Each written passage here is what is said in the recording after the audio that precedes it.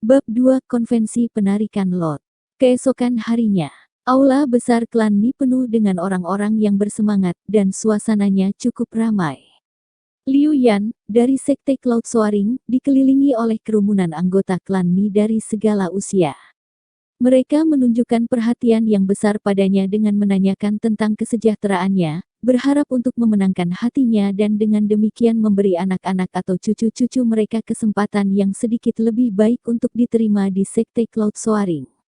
Liu Yan mengenakan jubah abu-abu, dan sedikit senyum terlihat di sudut mulutnya. Dia berada di kursi kehormatan, mengobrol dengan anggota klan Ni di dekatnya dengan sedikit ketidaksabaran di matanya. Dari awal sampai akhir, Liu Yan tidak pernah berdiri, anggota klan Ni di sekitarnya terus membungkuk dengan sangat rendah hati. Satu persatu anggota klan Ni membawa anak-anak mereka yang berusia 1 tahun melalui gerbang aula. Setiap pendatang akan membawa anak mereka untuk menyambut Liu Yan dan memperkenalkannya dengan wajah penuh senyum. Hanya setelah itu mereka akan menyapa dan memberi hormat kepada 3 tetua klan Ni, yang duduk di samping Liu Yan.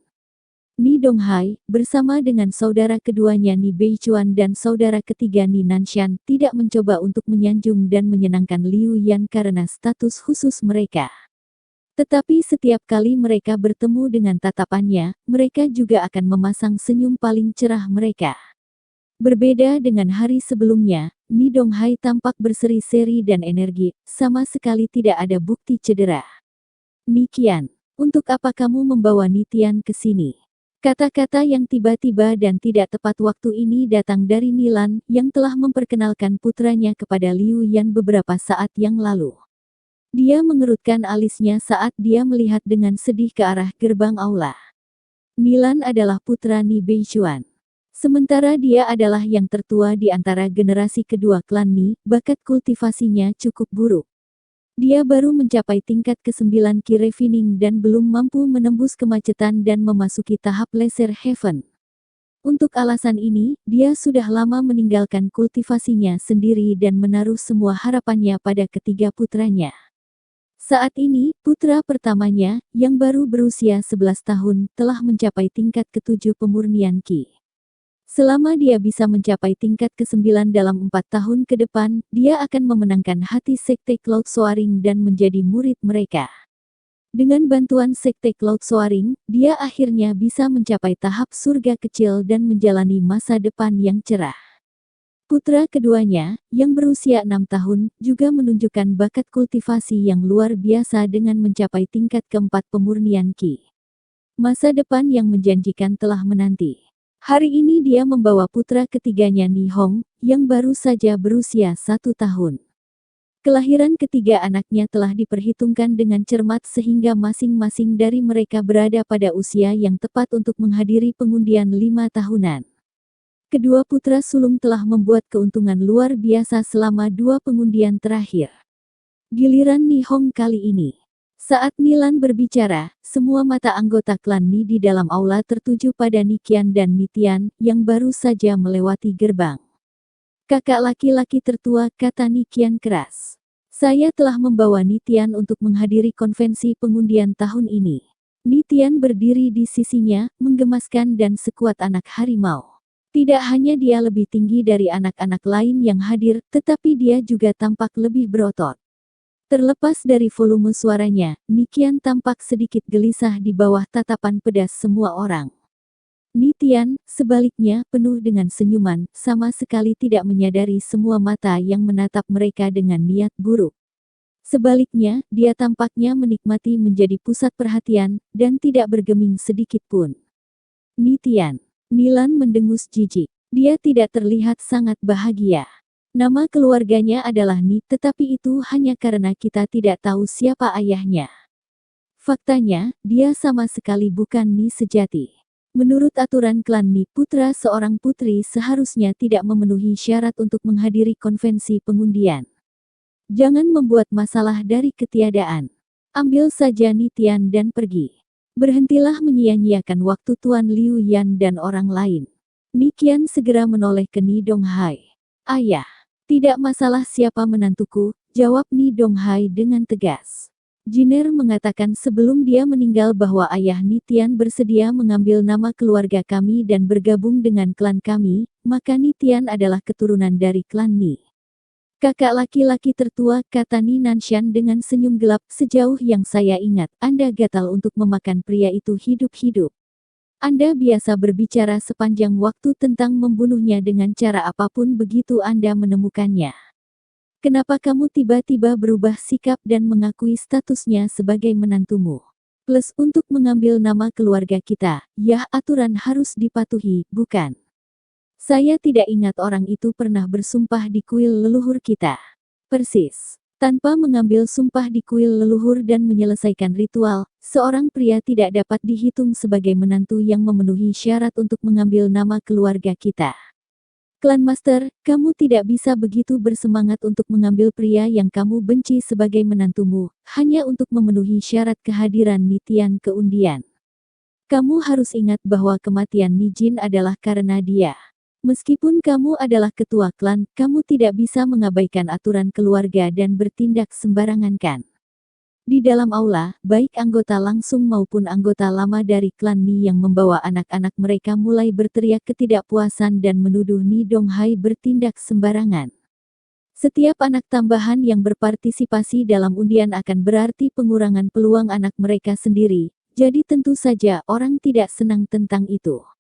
Jika sebelum Ni Donghai terluka parah, dia akan memiliki otoritas lebih dan orang tidak akan berani bertindak seperti ini. Namun, mereka tahu tentang kondisi Ni Donghai dan fakta bahwa dia mungkin harus segera menyerahkan posisinya sebagai ketua klan karena tingkat kultivasinya yang menurun, jadi mereka tidak lagi merasa perlu untuk memberinya wajah.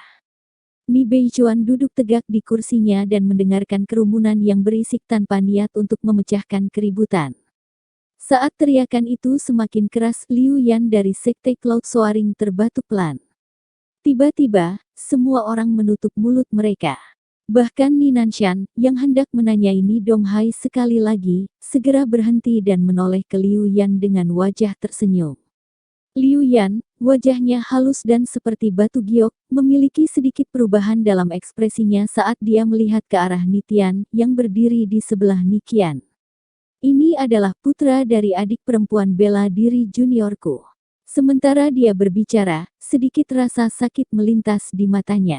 Kata-katanya tiba-tiba mengingatkan semua orang bahwa Nijin memiliki bakat paling menakjubkan di antara generasi kedua klan Ni. Dia berhasil mencapai tingkat ke-9 Ki Refining pada usia 10 tahun, dan dengan demikian diakui oleh Sekte Cloud Soaring dan menjadi salah satu murid mereka. Liu Yan adalah kakak bela diri tertuanya. Tuan, Nitian adalah putra satu-satunya saudara perempuan saya yang malang, kata Nikian sedih. Liu Yan dengan lembut mengangguk saat dia melihat Nitian dengan ekspresi yang kompleks dan mendalam, sebelum dia dengan hangat berkata, kali ini, saya awalnya berencana untuk menyediakan 5 mainan kecil. Namun, adik perempuan bela diri junior saya dan saya kembali, jadi untuk Nitian, saya akan mengambil inisiatif dan menambahkan 2 alat spiritual dari koleksi saya sendiri. Bagaimana ini terdengar? Dia berbalik untuk melihat Ni Beichuan dan Ni Nanshan. Karena Tuan Liu telah mengatakannya, tentu saja kami akan setuju, jawab Ni Beichuan dengan tergesa-gesa. Ni Nanshan juga mengangguk sekaligus dengan wajah tersenyum sambil berkata, apapun yang dikatakan Tuan Liu. Tak satu pun dari kerumunan orang yang berani menentang. Dengan penyelesaian itu, konvensi pengundian sekarang akan dimulai. Liu Yan memotong untuk mengejar. Dia melambaikan tangan kirinya, mengirimkan 7 garis cahaya misterius terbang keluar dari lengan bajunya.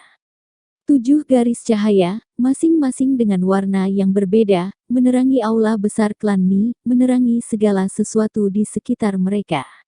Lampu jatuh di lantai batu di tengah aula besar dan berubah menjadi 7 alat berkilau dengan cahaya spiritual, yaitu pedang, kipas angin, sarung tangan, tongkat kayu, manik-manik, dan sepotong tulang binatang.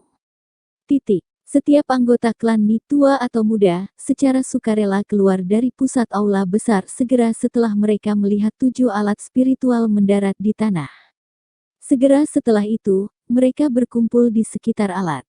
Tatapan semua orang segera tertuju pada 7 alat spiritual yang sangat indah, dan tidak ada dari mereka yang peduli untuk melirik Nitian lagi. Ni Donghai dan 2 saudara laki-lakinya berdiri tanpa sadar dan memancarkan fluktuasi spiritual untuk merasakan atribut dan peringkat dari 7 alat spiritual. Banyak anggota klan Ni, mata bersinar dengan keinginan, juga mencoba menggunakan energi spiritual batin mereka untuk menilai alat spiritual. Energi spiritual berwarna cian ungu, merah, dan biru muncul dari 7 alat spiritual di bawah penginderaan kekuatan prajurit Ki dari klan Ni. Kelas 5.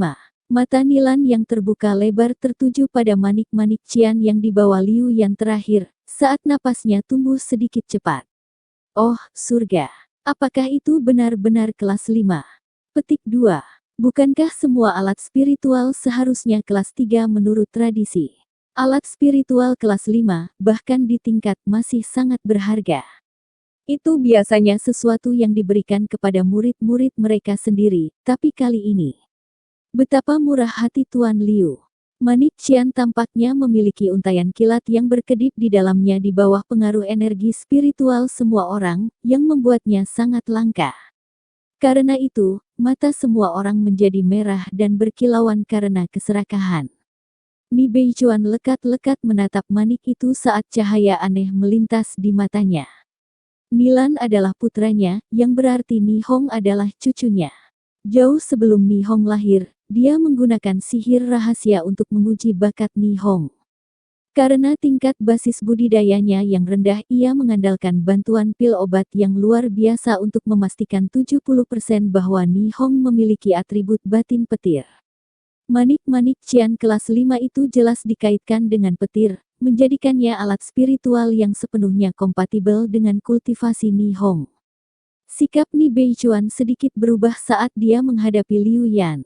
Dia membungkuk dengan penuh terima kasih dan berkata, "Terima kasih banyak atas kemurahan hati Anda, Tuan Liu Yan." Kerumunan lainnya mengikuti jejak Ni Beichuan dan mengungkapkan rasa terima kasih mereka kepada Liu Yan karena begitu murah hati. Liu Yan melambaikan tangannya untuk menenangkan kerumunan dan berkata, "Mulai sekarang, tidak ada yang akan menggunakan energi spiritual mereka untuk merasakan alat spiritual yang bisa mengganggu aura alat. Sampai sekarang, sepenuhnya bergantung pada 8 anak ini untuk menentukan nasib mereka sendiri. Biarkan 8 anak masuk." Ni Donghai berkata dengan suara rendah. "Lanjutkan." Ni Qian merasa sedikit lega dan melepaskan Ni Tian. Saat ke-7 alat spiritual itu mendarat di tanah, mata Ni Tian bersinar dengan keinginan dan ketidaksabaran, karena dia ingin segera bergegas ke area pusat. Jika bukan karena Ni Qian, yang telah menggenggam erat tangannya, dia mungkin tidak akan menunggu semua orang selesai berbicara sebelum dia bergegas ke area pusat. Ketika dia melepaskannya, Ni Tian, seperti yang dia harapkan, membuka tangannya dengan cara seolah-olah merangkul seluruh dunia, dan bergegas ke area pusat.